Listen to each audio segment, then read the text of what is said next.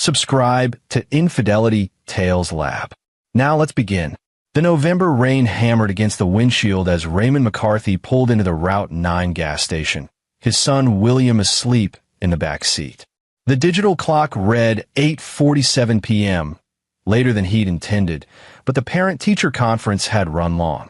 At 7 years old, William was already reading at a 5th grade level, and his teacher wouldn't stop gushing about his potential. Raymond killed the engine and glanced back at his son, whose head lolled against the car's seat, mouth slightly open. The kid had inherited his mother's thick dark hair and delicate features. 3 years since the cancer took Stella, and some days the absence still felt like a punch to the gut. He stepped out into the rain, collar turned up against the cold, and started filling the tank. The station was nearly deserted, just one other car at the far pump and an old sedan parked near the air compressor. As the numbers on the pump climbed, Raymond noticed an elderly woman struggling with her tire, the jack positioned at an awkward angle that made his mechanic's instincts twitch. "Need a hand?" he called out. She looked up, rain dripping from the brim of her hat. Must have been in her 70s, thin as a rail, with papery skin and eyes that seemed too sharp for her weathered face. "I'd be grateful," she said, her voice scratchy but steady. Raymond jogged over, his shoes splashing through puddles. The jack was placed wrong. If she tried to lift the car, it would have slipped. "Let me get this," he said, repositioning the equipment. "You got a spare?" "In the trunk." He worked quickly, hands remembering the motions from years of changing his own tires. The woman watched him in silence, occasionally glancing toward his Civic where William's silhouette was visible through the window. "Your boy?" she asked. "Yeah, William. He's 7. He takes the bus to school." Raymond grunted, loosening the last lug nut. "Every morning. Hates it when I drive him. Says it makes him look like a baby." He allowed himself a small smile. The woman was quiet for a long moment. When Raymond looked up, her expression had changed, harder somehow, like she'd made a difficult decision. She stepped closer, lowering her voice despite the empty station. "Don't let him ride the school bus tomorrow." Raymond paused, wrench in hand. "What? Tomorrow? Keep him home." Her eyes held his, unflinching. "Please." A chill ran down his spine that had nothing to do with the rain. "Why? What do you know?" But she was already moving away, surprisingly spry for her age, heading for her car. "Just trust me. One day won't hurt his attendance." "Wait." Raymond stood, but she was already sliding behind the wheel. The old sedan's engine coughed to life, and she drove off without another word, taillights disappearing into the rain. He stood there, water soaking through his jacket, mind racing. It was probably nothing, just an old woman's paranoia, maybe early dementia. He'd helped her with the tire, she'd gotten chatty, seen his kid, and felt the need to share some cryptic warning. Happens all the time with elderly folks. But something in her eyes. Raymond finished securing her old tire in his trunk, washed his hands at the pump, and climbed back into his car. William stirred awake as they pulled onto the highway. "We home yet?" the boy mumbled. "Almost, champ. Another 10 minutes." Their house sat on the edge of Millbrook, a town of 8,000 souls tucked into the Pennsylvania hills. Raymond had grown up here, left for college and a career in Pittsburgh, then returned 5 years ago when Stella got sick. She'd wanted to die in her hometown, surrounded by familiar faces. After she passed, Raymond couldn't bring himself to leave. He'd picked up freelance work, fact-checking for legal firms, background research for private investigators, the occasional article for regional papers. It paid the bills and let him be there when William got home from school. The house was dark and cold when they entered. Raymond turned on lights, cranked up the heat, and got William ready for bed. The boy brushed his teeth without being asked, climbed into his race car bed, and looked up at his father with Stella's eyes. "Dad?" Mr. Peterson said, "Tomorrow we're doing a field trip to the Science Museum. Can you pack my lunch?" Raymond's hand froze on the light switch. "Tomorrow? I thought that was next week." "Nope, tomorrow. We're taking the bus straight there after homeroom." The old woman's words echoed in his head. "Don't let him ride the school bus tomorrow. Actually, buddy, how about I drive you to the museum instead? We could stop for breakfast on the way." William's face scrunched up. "But everyone's taking the bus together. I don't want to be different." "I know, but..." Raymond struggled for an excuse that wouldn't sound insane. I've been wanting to check out that museum myself. We could make it a thing.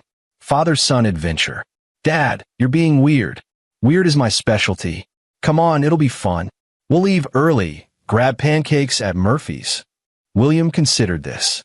Murphy's made chocolate chip pancakes the size of dinner plates.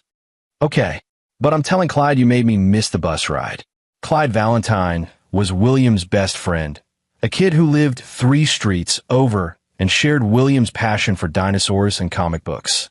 You tell Clyde whatever you want, Raymond said, relief flooding through him. Now sleep. Big day tomorrow. He closed the door and stood in the hallway, heart pounding. This was ridiculous. He was rearranging their day based on a stranger's cryptic warning. Tomorrow he'd take William to the museum, nothing would happen, and he'd feel like an idiot. But at least William would be safe.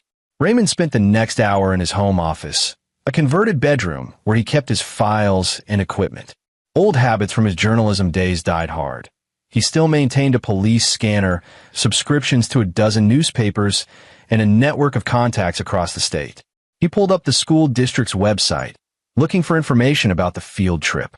32 second graders were scheduled to visit the Carnegie Science Center, departing at 9 a.m. He ran a search for school bus accidents in Pennsylvania. Nothing recent. No threats against the district. No concerning patterns. Maybe the old woman was just paranoid. Maybe she'd had a premonition based on nothing. Maybe. Raymond closed his laptop and went to bed, but sleep came in fits and starts. He kept seeing those sharp eyes, hearing that scratchy voice. Don't let him ride the school bus tomorrow. The next morning broke gray and miserable, rain still falling in sheets. Raymond got William up at 7, made him breakfast, and they left the house by 8:15. Murphy's diner was warm and crowded, smelling of coffee and bacon grease. They got a booth by the window, and William attacked his chocolate chip pancakes with the focus of a tiny lumberjack. You okay, Dad? The boy asked, syrup on his chin. You keep looking at your phone. Raymond had been checking the news compulsively since they sat down. Just work stuff. Eat up. They finished breakfast and drove toward the city. The Carnegie Science Center was a 40-minute drive from Millbrook, and Raymond tried to make conversation, asking William about school, about his friends, about anything that would keep his mind off the gnawing anxiety in his gut. At 9:23 a.m., his phone buzzed. The news alert was from a Pittsburgh station. Breaking, school bus accident on Route 28. Raymond's hands tightened on the wheel. He pulled into a gas station parking lot and opened a full article with trembling fingers. A school bus carrying 32 students from Millbrook Elementary School crashed on Route 28 this morning at approximately 9:15 a.m. The bus veered off the road and plunged into Chapman's Quarry. Emergency services are on scene. Multiple casualties reported. The phone slipped from his hand. Dad, William's voice seemed to come from very far away. What's wrong? Raymond couldn't breathe. The old woman had known. She'd known exactly what would happen, and she'd warned him, and he'd listened, and William was safe, but 31 other children. Dad, you're scaring me. He forced air into his lungs, forced his hands to steady. It's okay, buddy. Everything's okay. His voice sounded strange, hollow. We're gonna go home now. But the museum, we'll go another day. I promise. The drive back to Millbrook passed in a blur. Raymond kept the radio off, couldn't bear to hear the updates, the speculation, the rising death toll. When they got home, he turned on the TV while William played in his room and watched the nightmare unfold. By noon, the story was everywhere. 23 children dead, 9 injured, the driver among the casualties. The bus had inexplicably swerved off Route 28 at high speed and plunged 70 feet into an abandoned quarry filled with rainwater. Divers were still searching for bodies. Raymond watched parents screaming at the quarry's edge, watched responders carry small shapes in body bags, watched his son's teacher, Mr. Peterson, being loaded into an ambulance, face covered in blood. Clyde Valentine was dead. So was Mitch Green, the class clown who always made William laugh. So was Rochelle Fitzpatrick, who William had a tiny crush on. 23 second graders who'd gone on a bus that morning and never came home. And Raymond's son, who should have been on that bus, was safely in his room playing with action figures because a stranger at a gas station had told him to keep the boy home. His hand shook so badly he had to put down his coffee mug. Someone had known. The old woman had known this would happen, which meant it wasn't an accident. And Raymond McCarthy, who'd spent 15 years as an investigative journalist before Stella got sick, who'd broken stories about corruption and cover-ups and corporate malfeasance, who'd walked away from the career he loved to care for his dying wife and raise their son. Raymond McCarthy was going to find out exactly what happened. And God help whoever was responsible. The town of Millbrook descended into chaos over the next 48 hours. School was canceled indefinitely. Grief counselors set up shop in the community center. The news crews descended like locusts, pointing cameras at devastated parents and demanding answers that nobody had. Raymond kept William home, kept the TV off, tried to explain what had happened in terms a 7-year-old could process. It was the hardest conversation he'd ever had, harder even than telling William his mother was dying. His son cried for Clyde, for his other classmates, asked questions Raymond couldn't answer. Why did it happen? Where are they now? Are they scared? They're not scared anymore, buddy, Raymond said, holding his son close. They're at peace. But Raymond wasn't at peace. He was consumed by questions that clawed at his mind in the dark hours of the night. The official story was mechanical failure, brake malfunction combined with driver error. The bus had been inspected 2 weeks ago and passed with flying colors. The driver, Marshall Lindsay, was a 20-year veteran with a spotless record. There was no reason for the bus to crash, except someone had known it would. On the third day after the accident, Raymond left William with his neighbor Beth Potts, a grandmother of 5 who'd known Stella since childhood, and drove back to the Route 9 gas station. The same clerk was behind the counter, a kid with acne and headphones, barely looking up when Raymond entered. "Excuse me," Raymond said. "I was here 3 nights ago, around 9 p.m. There was an older woman, maybe 70, changing a tire. Don't know anything about that, man. She drove an old sedan, light-colored. I helped her with her tire. You must have security cameras." The kid finally looked up, annoyed. "You a cop?" "No, but my son was supposed to be on that school bus. The one that crashed." The kid's expression shifted. "Oh, shit, man. I'm sorry. The woman warned me. She told me to keep my son home that day. I need to find her. Look, I can't just hand over security footage." Raymond pulled out his wallet and put $200 bills on the counter. It was money he didn't have to spare, but he'd find a way to make it work. "I'm not asking for the footage. Just look at it. Tell me if you see her. Maybe get a license plate." The kid stared at the money, then at Raymond's face, the desperation there, the grief. "Wait here," he muttered, and disappeared into the back office. 10 minutes later, he returned with a piece of paper. Silver Honda Accord, 2004. Pennsylvania plates. He slid the paper across the counter with the plate number written on it. "That's all I got." Raymond took the money back and added a $50 bill to the counter. "Thank you. I hope you find her," the kid said quietly. "And I hope your kid's okay. He's alive." That's more than 23 families can say. The weight of those words hung in the air as Raymond walked back to his car. He had a license plate. He had contacts. By the end of the day, he'd have a name and an address. Vera Burns lived in a small house on the outskirts of Millbrook, less than 3 miles from Raymond's own home. He'd driven past it 100 times without knowing who lived there. The property was neat but sparse, a single-story ranch with faded yellow siding and a garden that had gone to seed. Raymond sat in his car across the street for 20 minutes, watching. The house looked empty. No car in the driveway. No lights on despite the early evening gloom. He was about to drive away when a neighbor emerged from the house next door, carrying groceries. Raymond got out and approached her. "Excuse me, ma'am. I'm looking for the woman who lives here. Is she home?" The neighbor, a woman in her 50s with suspicious eyes, sized him up. "Who's asking?" "My name is Raymond McCarthy. I met her a few days ago, and I need to speak with her. It's important." "Well, you're out of luck. Vera left town yesterday morning. Didn't say where she was going or when she'd be back." Raymond's stomach sank. "Did she say anything else?" "Leave a forwarding address." "We're not exactly close. I saw her loading suitcases into her car, asked if she was taking a trip, and she said she needed to visit family for a while." "That's it. What kind of car does she drive?" "Silver Honda." "Why?" Is she in some kind of trouble? No, Raymond said carefully. The opposite. She helped me, and I wanted to thank her properly. The neighbor's expression softened. Well, that sounds like Vera. Always helping people. I'll let her know you stopped by if I see her. I'd appreciate that. Raymond handed her one of his old business cards from his journalism days. If she comes back, could you ask her to call me? It's urgent. He spent the drive home trying to piece it together. Vera Burns had known about the crash in advance. She'd warned him, then disappeared the next day. She wasn't involved. He was certain of that. The fear in her eyes had been real. But she knew something, and now she'd run. From what? From whom? Back home, William was watching a movie with Beth, who'd made them both dinner. Raymond thanked her, paid her for the babysitting, and tucked his son into bed. Then he returned to his office and opened his laptop. The investigation into the bus crash was ongoing, but the preliminary findings were already public. Brake failure. The hydraulic system had catastrophically failed right before the turn onto Route 28, leaving Marshall Lindsay with no way to slow down. The bus had hit the guardrail at 60 miles per hour and gone airborne. Raymond dug deeper, pulling up the maintenance records he'd obtained through a contact at the school district.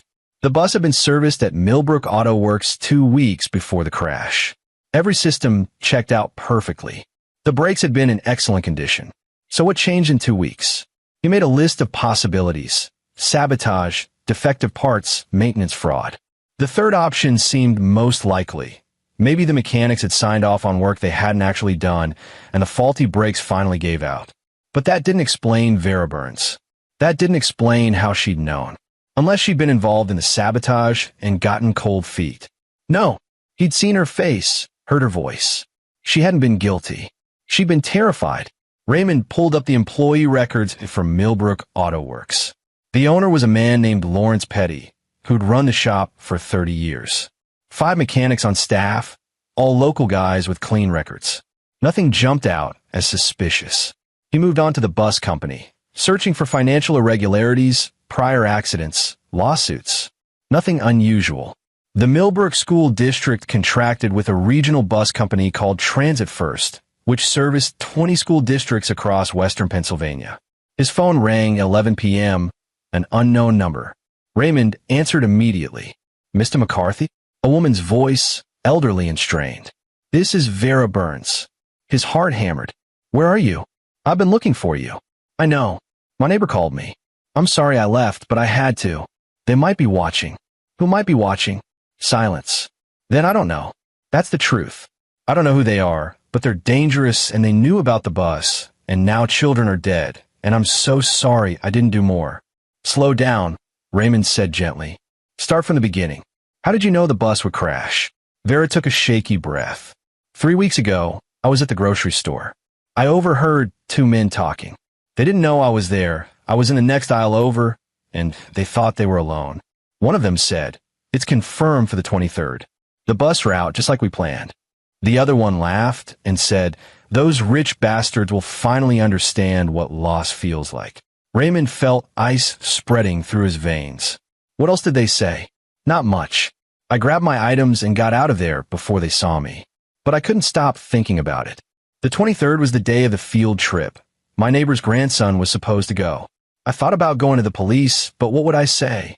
I overheard 2 strangers talking about a bus. They'd think I was senile. Did you see what they looked like? One was tall, maybe 6 feet, with dark hair going gray at the temples. Expensive suit. The other was shorter, stocky, wearing work clothes. I'd never seen either of them before. And you're sure they said the 23rd? I'm certain. I wrote it down as soon as I got home. I debated what to do for days, and then I saw you at the gas station with your little boy, and he looked so much like my grandson, and I couldn't let another child die if I could prevent it. Vera, did you tell anyone else? Warn any other parents? Her voice broke. No, I was afraid they'd think I was crazy. I'm so sorry. If I'd done more. You saved my son's life, Raymond interrupted. That matters. Now help me save others by finding whoever did this. Those men you heard, did they mention any names? Any details about the plan? The one in the suit mentioned a name. Tyler, I think. Or Taylor. And he said something about making sure the insurance would cover it. Like they were worried about money. Raymond grabbed a pen, scribbling notes. Anything else? They mention a place, somewhere called the Anchor. I don't know if that a business or what, but they said they'd meet there after it was done. The Anchor. Raymond knew it, a dive bar on the outskirts of town, the kind of place where people went to drink and forget. He'd done a story years ago about the owner getting busted for serving minors. Vera, where are you now? With my daughter in Ohio. I'm not coming back, Mr. McCarthy. I'm too scared. Understand. But if I need to reach you again, this is my daughter's phone. You can call anytime. But please be careful. These men, they killed children like it was nothing. They won't hesitate to kill you too. The line went dead. Raymond sat in the darkness of his office, mind racing. This was a mechanical failure. It wasn't an accident. 23 children had been murdered in a planned attack, and Vera Burns had overheard the men responsible. Those rich bastards will finally understand what loss feels like. He pulled up the list of victims and started cross-referencing their families. Most were middle-class, working parents. But 3 of the children came from Millbrook's wealthy families. Rochelle Fitzpatrick, whose father owned a chain of car dealerships. Mitch Green, whose mother was a prominent attorney. And Tyrone Nunez, whose parents were real estate developers. Someone had targeted that bus specifically because certain children would be on it. The other 20 deaths were just collateral damage. Raymond felt rage building in his chest, hot and consuming. He'd walked away from journalism to care for Stella, had promised himself he'd focus on being a good father. But this was different. This was murder. This was his son's classmates, his son's best friend, dead because some vindictive bastard wanted revenge against wealthy families. And the police, according to Vera, didn't even know it was murder. They thought it was mechanical failure. Raymond opened a new document and began typing. Everything Vera had told him, everything he'd learned, every connection and lead. He worked through the night, building a case, mapping out the conspiracy. By the time the sun rose, he had the beginnings of a plan. He would find the men responsible. He would gather evidence. And he would make damn sure they paid for what they'd done. But first, he needed to know more about the families who'd been targeted, starting with the Fitzpatricks. Dean Duran owned Fitzpatrick Motors, a dealership empire that stretched across 3 counties. Raymond had never met the man, but he'd seen him around Millbrook, always in expensive suits, always with an air of superiority that set Raymond's teeth on edge. His daughter Rochelle had been in William's class, a sweet kid who loved horses. The Fitzpatrick house sat on 5 acres at the edge of town, a modern monstrosity of glass and steel that looked absurdly out of place among the modest homes of Millbrook. Raymond drove past it slowly, noting the security cameras, the high fence, the private property signs. He couldn't just knock on the door and ask if Dean had any enemies who might murder children for revenge. He needed a different approach.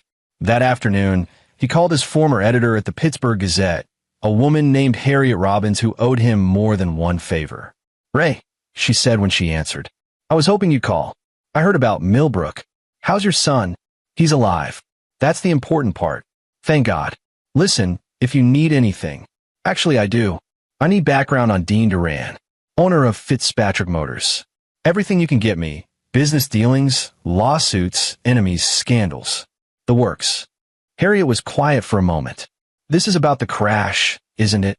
"It might be. I can't say more yet. Ray, be careful. If this is what I think it is. Just give me the information, Harry. Please." She sighed. "Give me 24 hours. While he waited, Raymond decided to check out the Anchor. He couldn't take William. The bar was no place for a kid. So he called Beth Potts again and asked if she could watch his son for a few hours. She agreed without hesitation. Bless her. The Anchor squatted at the intersection of Route 9 and County Road 14, a squat building with blacked-out windows and a parking lot full of pickup trucks. Raymond arrived at 7 p.m., when the after-work crowd would be in full swing. He parked and sat for a moment, trying to figure out his approach. He couldn't just walk in and start asking about 2 men who'd planned a bus crash. But he could listen, observe, maybe catch a familiar face or overhear something useful. The interior was exactly what he expected. Dim lighting, sticky floors, Leonard Skinner on the jukebox. A dozen people scattered across the bar in booths, most of them men in work clothes nursing beers. Raymond took a stool at the bar and ordered a Budweiser. The bartender was a woman in her 40s with bleached hair and tired eyes. She slid him the bottle without comment and moved on to the next customer. Raymond sipped slowly, listening to conversations around him. Sports talk, work complaints, gossip about whose wife was sleeping with whose husband. Nothing useful. He was about to give up when the door opened and two men walked in. One was tall, well-dressed, graying at the temples. The other was shorter, stocky, wearing oil-stained work clothes. Raymond's pulse quickened. It could be them.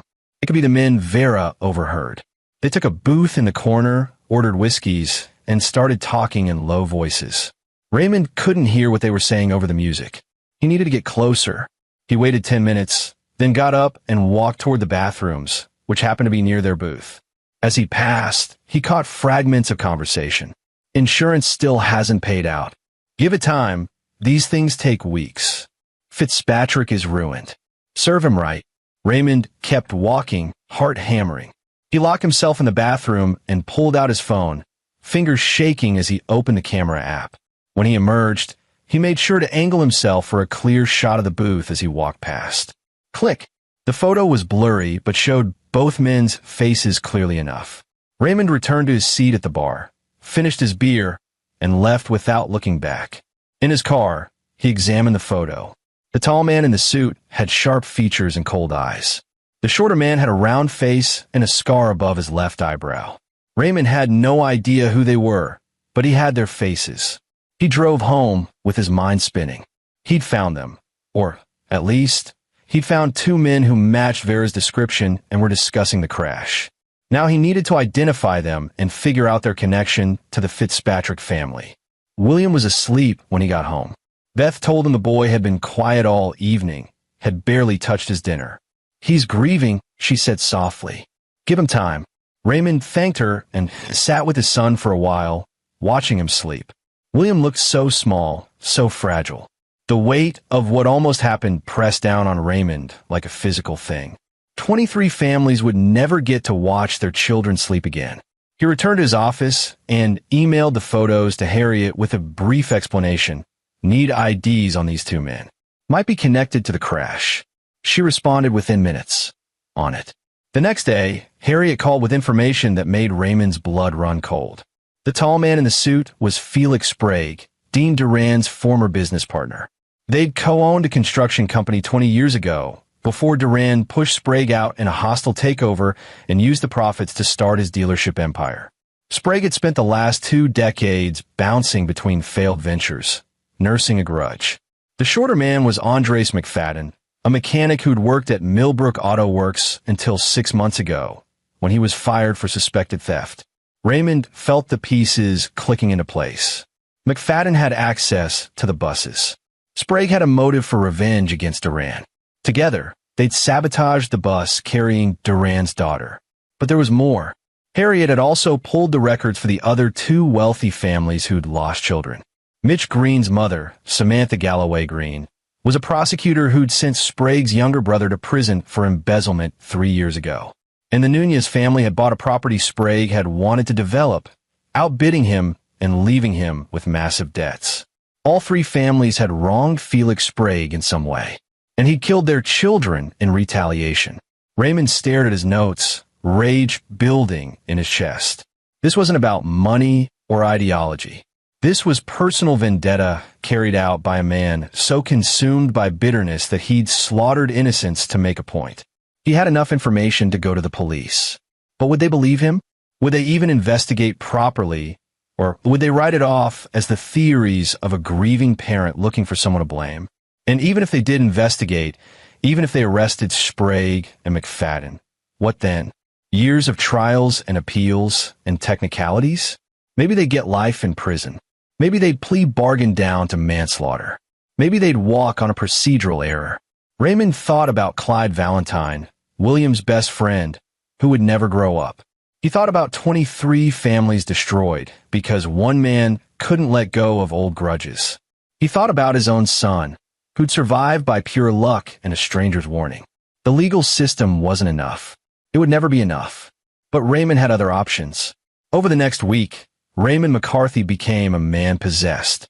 He dropped William at school each morning. The district had finally reopened with a new bus route and extra security, and spent his days investigating. He used every contact he'd built during his journalism career, called in every favor, pieced together a complete picture of Felix Sprague's life. The man was 53, twice divorced, living in a rented apartment in Pittsburgh. His construction company had gone bankrupt after the split with Dean Duran.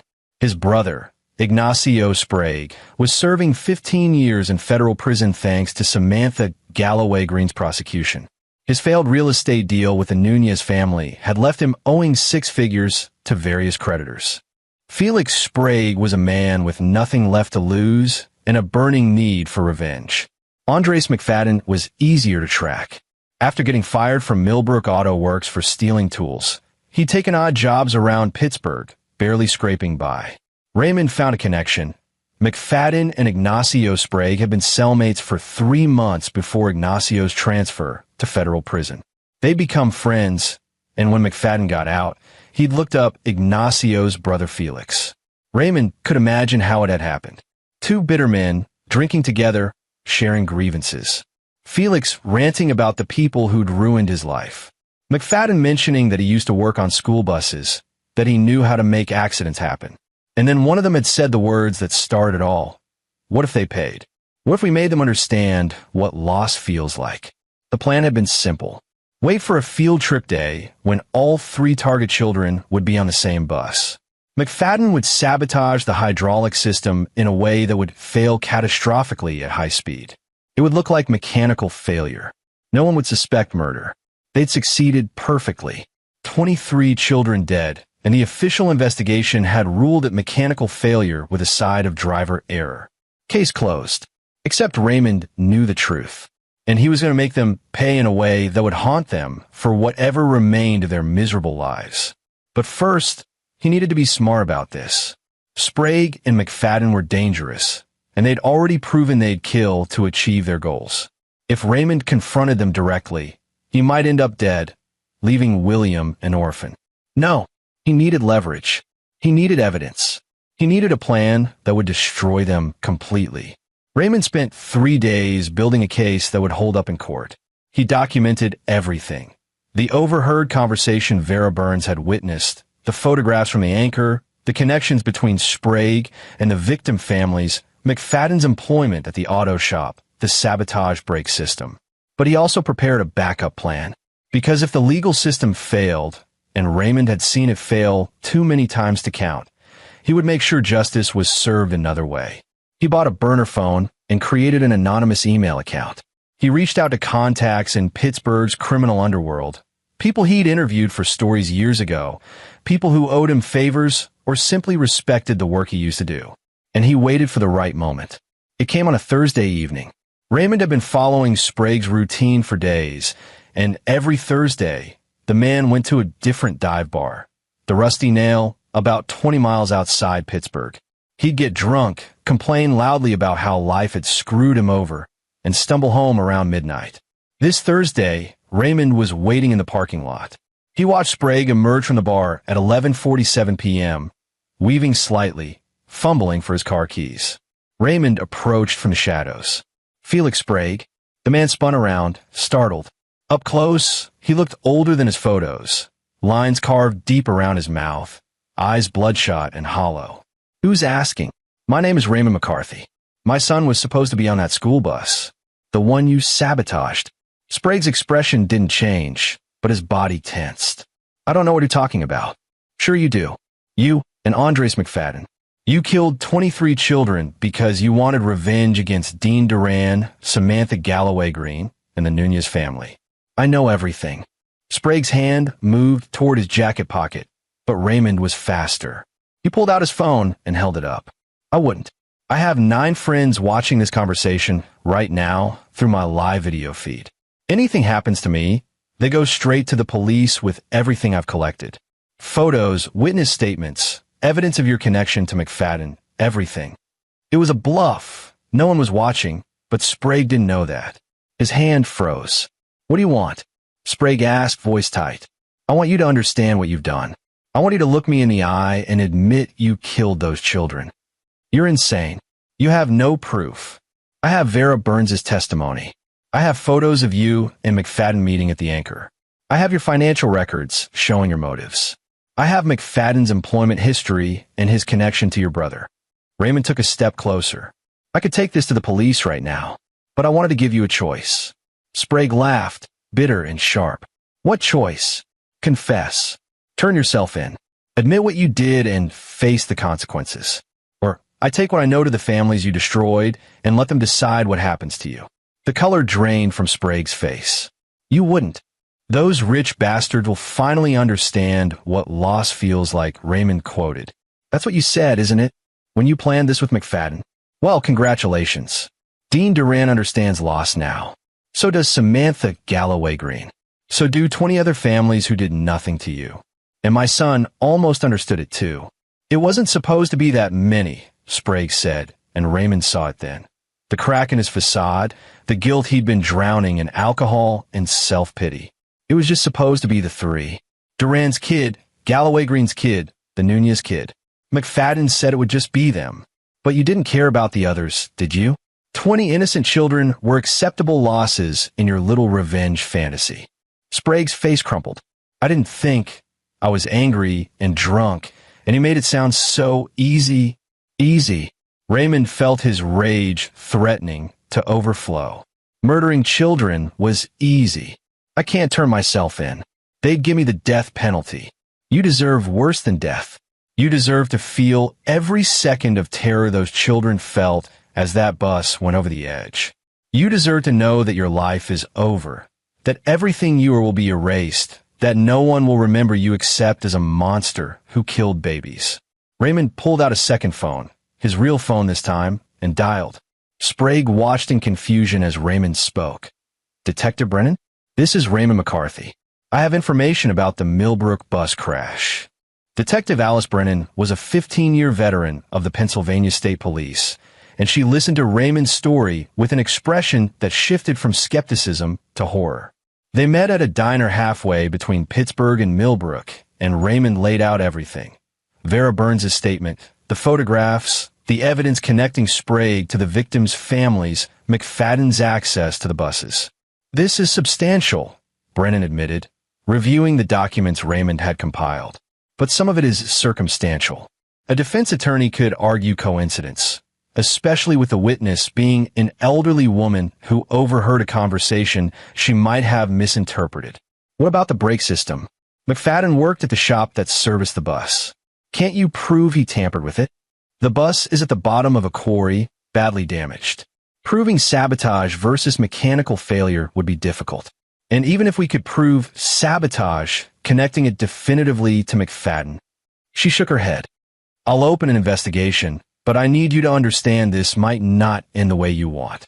Then I need you to help me make sure it does. Brennan studied him carefully. What are you suggesting, Mr. McCarthy? I'm suggesting we build an airtight case. We bring McFadden in, pressure him to flip on Sprague. We get him to admit what he did in exchange for a plea deal. Once we have his confession on record, Sprague won't be able to wiggle out. That's assuming McFadden talks. These guys usually lawyer up immediately. Raymond smiled grimly. Not if he thinks he has a better option. The plan Raymond had in mind was simple, but required perfect timing. He needed McFadden to believe he could still escape justice, right up until the moment the trap closed around him. Working with Detective Brennan, Raymond crafted a scenario. They would leak information to McFadden through an intermediary that Sprague was about to be arrested and was planning to blame everything on McFadden. This would panic the mechanic and hopefully force him into making a mistake, either running, which would make him look guilty, or contacting Sprague to coordinate their stories, which could be recorded. But Raymond had a more direct approach in mind. He used his underworld contacts to find someone who knew McFadden, a former cellmate named Robbie Logan who'd gotten out of prison 2 years ago and was trying to stay clean. Raymond offered him $1,000 to deliver a message. 3 days later, Robbie sat across from McFadden at a coffee shop and told him that Felix Sprague had been picked up by the police and was cutting a deal. According to Robbie's sources, Sprague was claiming the bus sabotage was all McFadden's idea, that he'd just provided financial support without knowing the plan. McFadden went pale. That's bullshit. Felix planned the whole thing. I just did the mechanical work. Hey man, I'm just telling you what I heard. My cousin works at the courthouse, and she said Sprague's lawyer is already negotiating with the DA. Something about testimony in exchange for reduced charges. McFadden's hand shook. I need to talk to Felix. I wouldn't do that if I were you. They're probably monitoring his calls. You call him, you're just giving them more evidence. Then what do I do? Robbie shrugged. Disappear? Get a good lawyer? I don't know, man. I'm just trying to help out an old friend. After Robbie left, McFadden sat in a coffee shop for 40 minutes, visibly panicking. Then he pulled out his phone and made a call.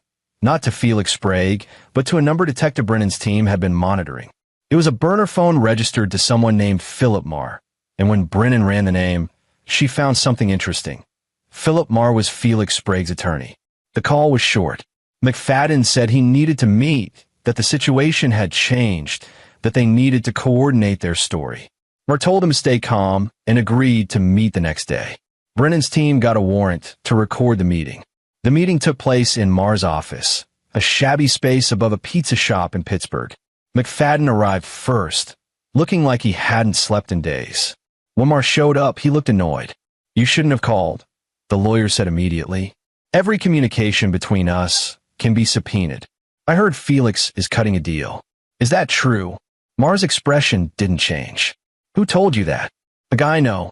He said Felix is blaming me for everything. Felix hasn't been arrested.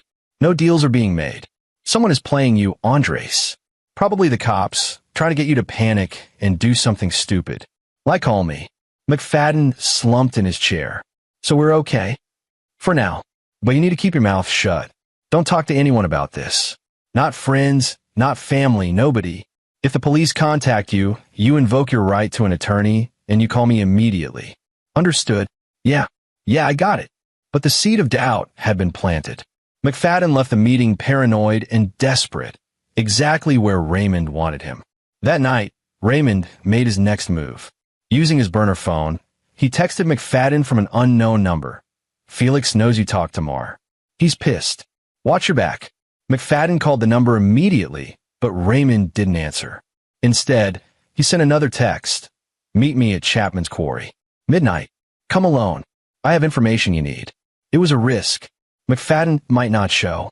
He might bring someone with him. He might call the cops. But Raymond was betting on desperation winning out over caution. At 11:45 p.m., Raymond parked near Chapman's Quarry, the same site where the school bus had crashed. The area was still marked off with police tape, though the bus itself had been recovered weeks ago. In the darkness, the quarry looked like a gaping mouth ready to swallow the unwary. Detective Brennan and her team were hidden nearby, ready to move if things went wrong. Raymond had argued against police presence. It might spook McFadden, but Brennan had insisted. You're not a cop, she'd said firmly, and I'm not letting a civilian walk into a potentially dangerous situation alone. At 12:03 a.m., headlights appeared on the access road. A pickup truck rolled to a stop, and Andres McFadden climbed out, looking around nervously. Raymond stepped into the light. Thanks for coming. McFadden's hand moved to his jacket.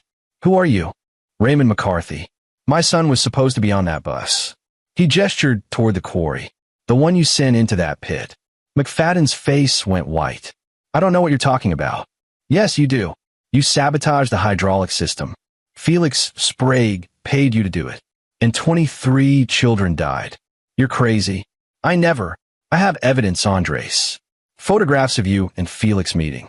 Financial records showing payments from him to you. Testimony from a witness who overheard you planning the attack. Maintenance logs that put you alone with that bus 2 days before it crashed. McFadden backed toward his truck. You can't prove anything. I don't have to prove it. Felix is going to. He's cutting a deal with the prosecutor as we speak. He's going to testify that you planned the whole thing, that you manipulated him into providing financial support, that he had no idea you were actually going to go through with it. Raymond took a step forward. You're going to take the fall for everything, Andres. 23 counts of first-degree murder. They'll give you the death penalty. No, that's bullshit. Felix wanted this more than I did. It was his idea, his revenge. Then tell the prosecutor that. Make your own deal before Felix beats you to it. McFadden stared at him, trembling. Why would I trust you? Because I'm giving you a chance Felix won't. Right now, Detective Alice Brennan is listening to this conversation. Raymond pointed to the darkness where Brennan's team waited. She's ready to take your statement, if you're ready to tell the truth. Full confession in exchange for life in prison instead of death. But the offer expires the moment Felix signs his deal. It was another bluff. No deal had been approved, and Raymond had no authority to offer anything. But McFadden was beyond rational thought, consumed by fear and paranoia. I want immunity, McFadden said desperately. Full immunity, or I don't say anything. Not going to happen. 23 children are dead because of you. But testify against Sprague, and you might live to see old age in prison. That's more than your victims got.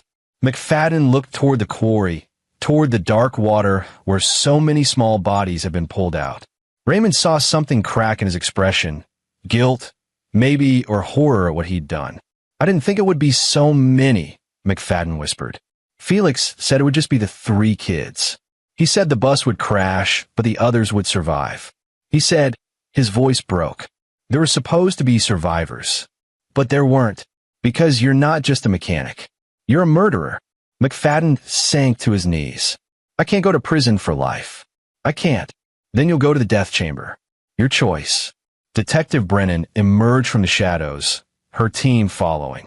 Andres McFadden, you're under arrest for 23 counts of murder. You have the right to remain silent. As she read him his Miranda rights, McFadden looked at Raymond with hollow eyes. He promised me $50,000. Enough to start over. All I had to do was fix the brakes so they'd fail. It was supposed to be easy. It's never easy to kill children, Raymond said quietly. You're about to learn that the hard way. The confession came 3 days later. Andres McFadden, faced with overwhelming evidence and the prospect of death row, agreed to testify against Felix Sprague in exchange for life without parole. He gave a detailed account of the entire conspiracy, how Sprague had approached him with the plan, how they'd identified the field trip date when all 3 target children would be on the same bus, how McFadden had sabotaged the hydraulic system. He also revealed something Raymond hadn't known. There was a 3rd conspirator. Philip Marr, the attorney, had known about the plan from the beginning. He'd helped coordinate the logistics, provided legal advice on how to avoid detection, and received $20,000 for his services. When Brennan's team raided his office, they found encrypted communications between Marr and Sprague discussing the project and celebrating its success. All 3 men were arrested and charged with first-degree murder. The trial lasted 4 months, and the prosecution's case was ironclad. Vera Burns testified about what she'd overheard. Raymond testified about the investigation that had exposed the conspiracy. Forensic experts testified about the sabotaged brake system. And McFadden, looking like a broken man, testified about every detail of the plan. The jury deliberated for 6 hours. Guilty on all counts. Felix Sprague received the death penalty. Philip Marr received life without parole. Andres McFadden, having cooperated with the prosecution, received life without parole as well, though the judge made it clear he deserved far worse. The families of the victims were present for the sentencing. Raymond watched as Dean Duran, the arrogant businessman who'd always seemed untouchable, wept openly when the verdict was read. Samantha Galloway Green stood stone-faced, gripping her husband's hand so tightly her knuckles went white. But Raymond didn't feel satisfaction. He felt only a hollow ache where justice should have been. These men would spend the rest of their lives in cages, and Sprague would eventually be executed, but that wouldn't bring back Clyde Valentine or Rochelle Fitzpatrick or any of the other 21 children. It wouldn't erase William's nightmares or the way he flinched every time he saw a school bus. Justice had been served, but the cost was unbearable. 6 months after the trial, Raymond sat in his backyard watching William play. The boy was 8 now, taller, quieter, changed in ways that broke Raymond's heart. He'd started seeing a therapist, which helped, but some wounds never fully healed. "Dad," William called from the swing set. "Can we go to the park?" "Sure, buddy. Let me grab my keys." As they drove into town, William was quiet, looking out the window. Finally, he said, "I miss Clyde." "I know. I miss him too." Is it okay that I'm still alive when he's not? Raymond pulled over, turned to face his son. Listen to me. What happened to Clyde and the others wasn't your fault. You survived because someone warned us, and that doesn't make you guilty. It makes you lucky. And the best way to honor Clyde's memory is to live the best life you can. Okay. William nodded, wiping his eyes. Okay. They went to the park, and Raymond watched his son climb and run and laugh with the other children. It wasn't the same. It would never be the same, but it was something. A small piece of normalcy reclaimed from the darkness. That evening, Raymond received a call from an unknown number. When he answered, he heard Vera Burns's scratchy voice. Mr. McCarthy? I wanted to check on you and your boy. We're doing all right, Vera. Thank you for asking. And thank you for what you did. If you hadn't warned me, I only wish I'd done more. Warn more people. You saved my son's life. That's not nothing. She was quiet for a moment. The trial is over now. Those men got what they deserved. Yes, but it doesn't feel like enough, does it? Raymond looked at William through the window, curled up on the couch with a book. No, he admitted. It doesn't. That's the thing about justice, Mr. McCarthy. It's never enough when children are involved. But it's all we have. They talked for a few more minutes, and then Vera said goodbye. Raymond never heard from her again, though sometimes he wondered if she was still out there, listening to strangers' conversations, waiting for the next warning she'd need to give. A year after the sentencing, Raymond received a letter from Felix Sprague. It had been forwarded through the prison system, and Raymond almost threw it away without reading. But curiosity won out. The letter was short. Mr. McCarthy, I know you'll never forgive me, and I don't ask you to. What I did was unforgivable. I destroyed 23 families to satisfy my own bitterness and rage, and I will burn in hell for it. But I want you to know that I think about those children every day. Every single day. I see their faces in my sleep. I hear their screams. I will carry that weight until the day they execute me, and then I will carry it into whatever comes after. You stopped me from getting away with it. You exposed what I'd done when everyone else thought it was an accident. You gave those families the truth, which is more than I deserve to give them. I don't know if that means anything to you. Probably not, but I wanted you to know anyway. Felix Sprague. Raymond read the letter twice, then burned it in his fireplace. Whatever remorse Sprague felt now meant nothing. The man had murdered children in cold blood, and no amount of guilt would change that. But that night, Raymond slept better than he had in months. 2 years after the bus crash, William turned 10. He was doing well in school, had new friends, still saw his therapist twice a month. The nightmares came less frequently now, though they never fully stopped. Raymond had returned to journalism, taking on investigative projects for regional papers and magazines. He focused on stories that mattered: corruption, abuse of power, crimes that the system overlooked. His experience with the bus crash had reminded him why he'd become a journalist in the first place: to expose the truth and hold the powerful accountable. One evening, as Raymond and William sat on the porch watching the sunset, the boy asked a question that had clearly been weighing on him. Dad, do you ever wonder if the bus crash was my fault? Raymond turned to him, surprised. What? Why would you think that? Because that lady warned you to keep me home. If she warned you, maybe she warned other people too, and they didn't listen. Maybe if she just told everyone what she knew, all the kids would have stayed home. Vera Burns was afraid. William. She didn't know who to trust, or if anyone would believe her. She did what she could, and that was enough. But she could have done more. Maybe. But that doesn't make the crash your fault or her fault. The only people responsible are the men who planned it and carried it out. Felix Sprague, Andres McFadden, and Philip Marr. They're the ones who belong in prison. Everyone else is just trying to live with the consequences of their choices. William thought about that. Do you think they're sorry? I think some of them are. But sorry doesn't bring people back. Sorry doesn't undo what they did. Then what's the point of being sorry? Raymond considered the question carefully. I think being sorry is the beginning of understanding what you've done wrong. It's the first step toward becoming a better person. But it's not the end. The end is making sure you never do something like that again, and that you spend the rest of your life trying to make amends. Can you make amends for killing kids? No, Raymond said honestly. Some things can't be fixed, but you could try to do better going forward. You can try to help instead of hurt. That's all anyone can do. William leaned against his father, and Raymond put an arm around him.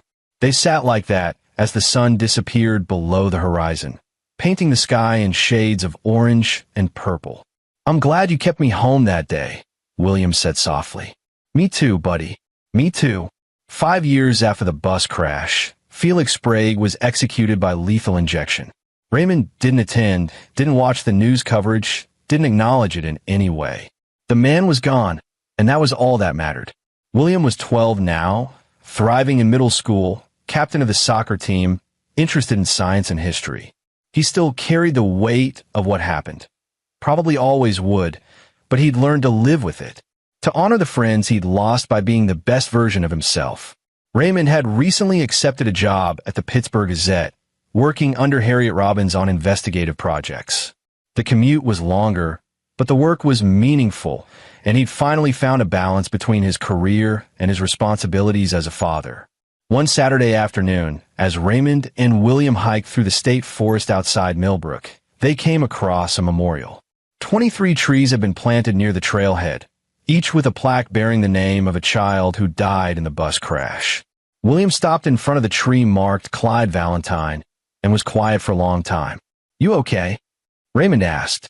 "Yeah, I wish I could tell him I'm sorry I survived when he didn't." "You don't have anything to be sorry for, William. Clyde wouldn't want you to feel guilty. He'd want you to be happy." "How do you know?" "Because he was your friend, and that's what friends want for each other."